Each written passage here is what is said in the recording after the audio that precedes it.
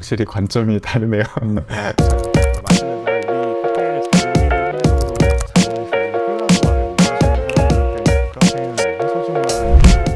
원래는 좀 더 방송 같은 네. 안녕하십니까? 아까 가재라고 알쓸 신잡의 찐입니다. 이런 식으로 하려고 하다가 네. 기획하게 된 그 뭐랄까 사건 그런 것도 그냥 수다 떠는 얘기예요. 이거 너무 재밌는데 지금 카메라 누가 옆에서 틀어줘서 저희 맨날 얘기하잖아요. 옆에서 누가 카메라 계속 돌리고 있으면 좋겠다. 그러면은 돌려놓고 한번 해보자. 그 생각이 들어서 이제 저희 바카스 한 잔씩 하고 시작해도 괜찮은데 의도한 건 아닌데 바카스 디카페인을 네 그러네요. 디카페인이 네. 바카스에도 그쵸. 그 얼마나 디카페인에 대한 니즈가 있는지를 보여주는 또 하나의 맞아. 이제 시그널인 셈인데. 와도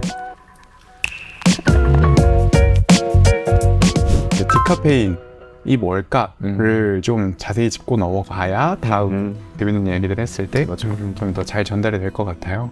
그래서 제 생각으로 디카페인은 그냥 가볍게 정의하면 그냥 카페인이 빠진 커피라고 생각을 했는데 디카페인은 저는 단어만 보면은 공정이라는 생각이 들고 카페인을 제거한다라는 뜻으로 이해가 되고 그래서 디카페인 된 커피가 있는 거죠. 네, 이제 우리가 편의상 그냥 디카페인 부르지만 이거는 그냥 맥주로 치면 노알콜 이러고 있는 거거든요. 그래서 우리가 노알콜 하면은 우리가 그런 어떤 맥주를 떠올리는 거 아니잖아요. 노알콜 맥주라고 붙여야지. 그래서 사실은 커피도 디카페인, 커피라고 해야 조금 더 의미가 있는 게 아닌가 그런 생각을 하고 근데 카페인이 없진 않지만 거의 제거된 커피 생각할 수 있을 것 같아요. 확실히 관점이 다르네요.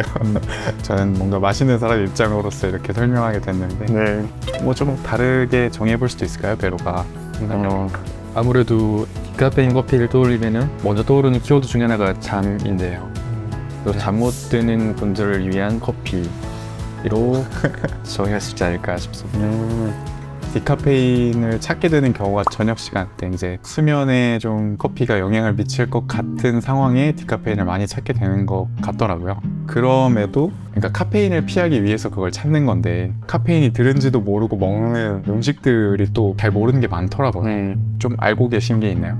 네, 카페인은 자연에서 많이 발견되는 물질인 것 같아요. 특히 우리가 기호식품으로 섭취하는 것들 중에 대표적인 게 콜라. 저 저녁에 마시면 못 자요.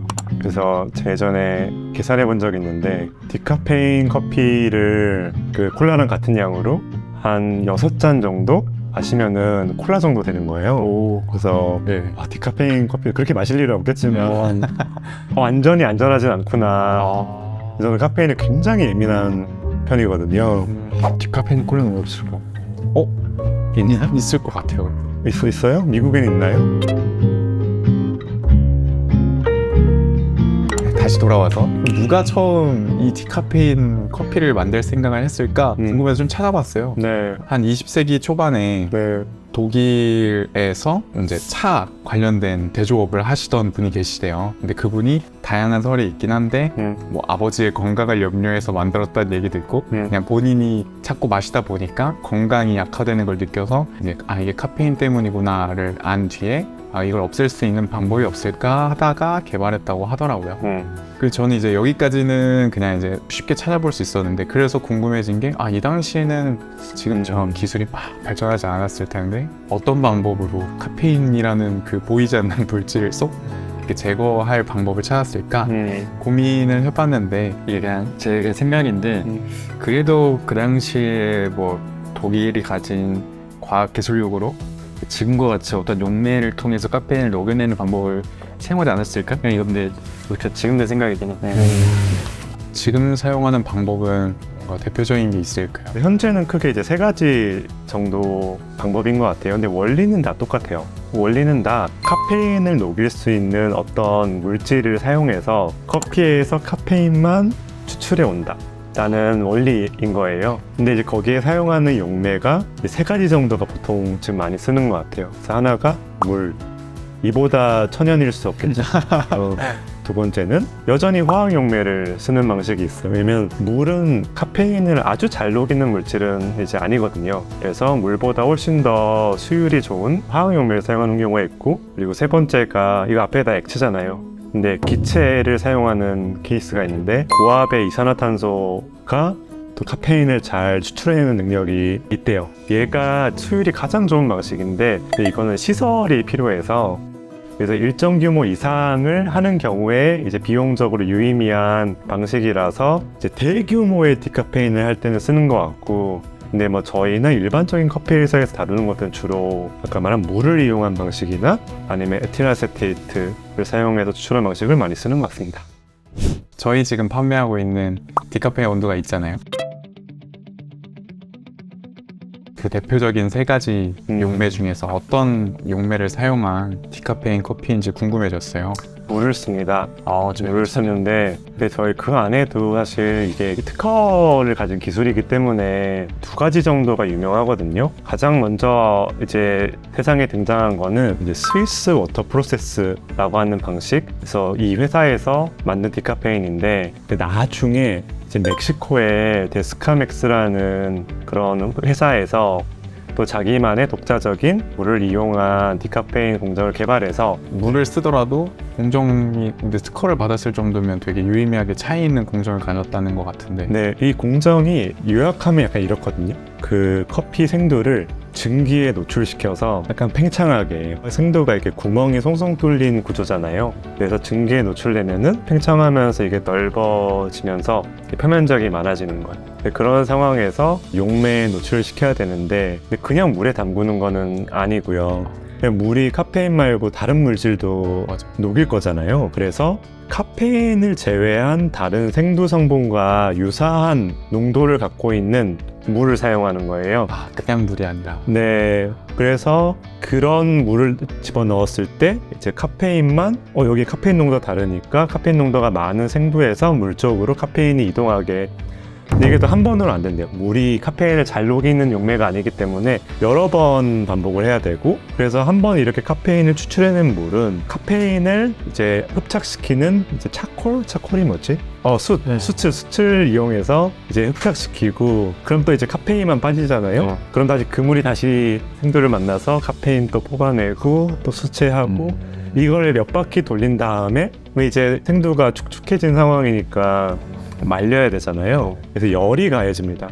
근데 이때 고온의 열이 전해지면은 변성될 거잖아요. 그래서 보통은 뭐 100도 미만에 이렇게 아주 막 크리티컬한 변성이 일어나지 않을 정도의 온도에 열을 가해서 이제 말리는, 사실 물과 열에 노출이 되기 때문에 어느 정도의 변화는 생기는 거죠. 제가 생각했을 때 되게 예민한, 섬세해야 되는, 사실 잘 하려면은. 그러네요. 그래서 우리는 마운틴 워터 프로세스라는 아까 말씀드린 멕시코의 데스카맥스라는 곳에서 적용하는 방식으로 만들어낸 디카페인 커피입니다. 그럼 요 타이밍에 또 그 얘기도 들어보면 재밌을 것 같아요. 보통은 디카페인 공정을 거친 생두를 사와서 로스팅을 해서 뭐 제조를 하던 판매를 하던 이런 방식을 사용한다고 하는데, 저희는 이번 원두부터 특이한 케이스로 바뀐 거라고 아까 말씀해 주셨잖아요. 근데 마찬가지로 이제 다 작업이 된 거를 가져오는 건 똑같은데요. 똑같은데 생각해보면 디카페인 공정에 비싼 생두를 쓸까요? 좋은 생두? 이렇게 여러분이 이렇게 농부예요.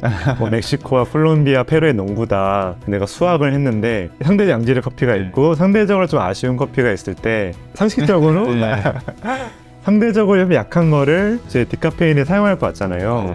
당연히 모든 케이스가 그렇진 않을 텐데 이건 자본의 논리라서 이제 저희가 구매해왔던 디카페인 커피도 저희가 막 수십 종 커핑해가지고 그 중에 좋은 거를 고르기 때문에 괜찮은 편이었는데, 저희가 이제 판매량도 많아지고 저희가 다루는 규모가 커지다 보니 이제 저희 자체적으로 생두를 셀렉을 해도 될 정도가 된 거예요. 그래서 저희랑 되게 긴밀하게 일하는 생두 회사에 얘기해서 우리가 생두 지정하고 싶다. 이제 그 목적으로 생두를 소싱을 해서 그걸 사는 거예요.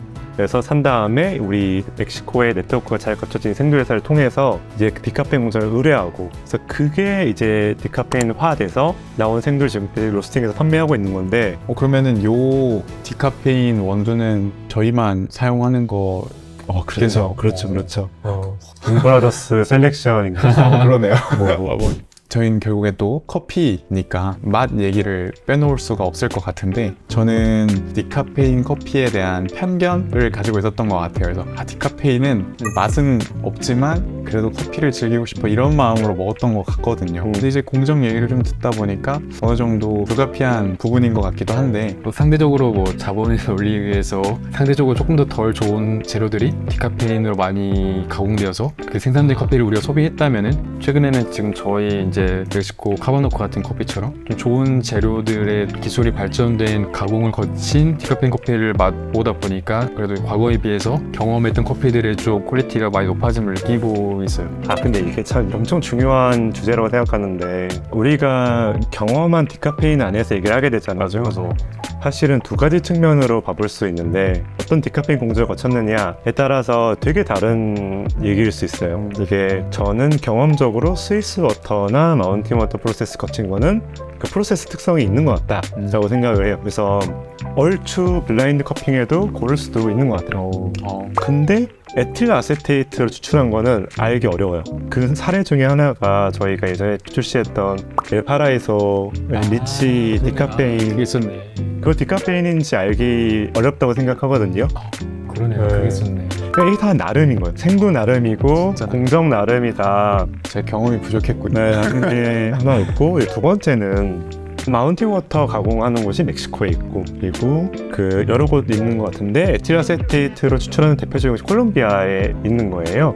그러면 이제 각각의 가공소에서 어디에 생두를 쓰는 게 비용적으로 저렴한가 했을 때는 그 나라의 생두를 쓰거나 아니면 이제 인접한 나라의 생두를 쓰는 게 이제 물류 비용이 줄어들겠죠. 그래서 멕시코 가공소에서 멕시코 커피를 쓰는 것이 이제 이 케이스죠. 그리고 콜롬비아 커피를 이제 에틸아세테이트로 추출한 게 상대적으로 많은 게 그런 이유이고, 그래서 그 몇몇 나라의 그 디카페인들 우리가 많이 접하다 보니 이제 상대적으로 일반 커피의 스펙트럼보다는 더 좁은 영역을 경험하는 걸 수도 있겠다. 이 얘기가 제 생각보다 제 수준에서 너무 상회하는 쪽으로 가버려서 지금 제가 흥미한가요? 지금 제가 슬슬 마무리 해보려고 하는데 그러니까 저는 저처럼 카페인에 엄청 예민해요. 콜라도 밤에 못 마시는 사람들한테는 디카페인은 너무 소중한 존재인 것 같아요. 그리고 저녁엔 서울처럼 카페 많은 곳에서 제가 커피를 못 마시기 때문에 카페 가기가 망설여지는 게, 근데 그럴 때 정말 좋은 디카페인 커피를 파는 곳이 있다면 이렇게 저한테는 되게 달가운 일일 것 같거든요. 그래서 우리가 그거 하고 싶어요. 빅마우스 가면은 되게 맛있는 디카페인 여러 개 골라 마실 수 있다. 저희가 지금은 이제 1년에 한 달 정도 그런 시간을 갖고 있는데 좀 오랫동안 상시적으로 이렇게 운영할 수 있는 좀 상황이 됐으면 좋겠다. 결국에 거기에 도달할 것이다. 이렇게 얘기를 드리고 싶습니다. 얘기만 들어도 기대가 좀 되네요. 저도 저녁에는 커피를 못 마시는 사람으로서 맛있는 디카페인이 있는 곳이 많아졌으면 동감하는 바입니다. 저도 앞으로 더 다양한 디카페인 커피를 만나면서 디카페인 커피가 이런 거야가 아닌 기존에 있는 경험에 대한 편견을 깨주는 다양한 제품들을 많이 만나봤으면 좋겠고, 이게 또 하나의 뭐 기회 영역, 또 미식 영역으로 다가가길 바랍니다. 거의 저격당한 듯한 느낌이긴 했어요. 제가 오늘 이 디카페인이라는 하나의 그런 틀에 가둬놓고 이 커피를 대하고 있었는데 정말 그냥 제 한마디 한마디가 다 깨부셔지는 그런 경험을 했습니다, 오늘. 그래서 너무 좋은 시간이었고, 디카페인 커피가 무엇인지 잘 모르는 분들께 전달할 수 있는 이런 내용들을 담아보려고 했지만 주제가 좀 많이 확장된 것 같긴 하지만 그런 만큼 또 재밌게 더 보실 수 있는 분들이 늘어날 수 있었던 것 같아요. 네, 저희가 추가로 궁금하신 분들 위해서 예전에 저희가 카페인과 디카페인에 대해서 저희 뉴스레터를 2번이나 이제 발행했던 적이 있거든요. 그래서 그거 참고하셔도 재밌는 정보를 많이 알아가실 수 있을 것 같습니다. 네, 여러분 오늘 긴 시간 고생하셨고 여기서 한번 마무리해보도록 하겠습니다. 네. 고생하셨습니다. 감사합니다.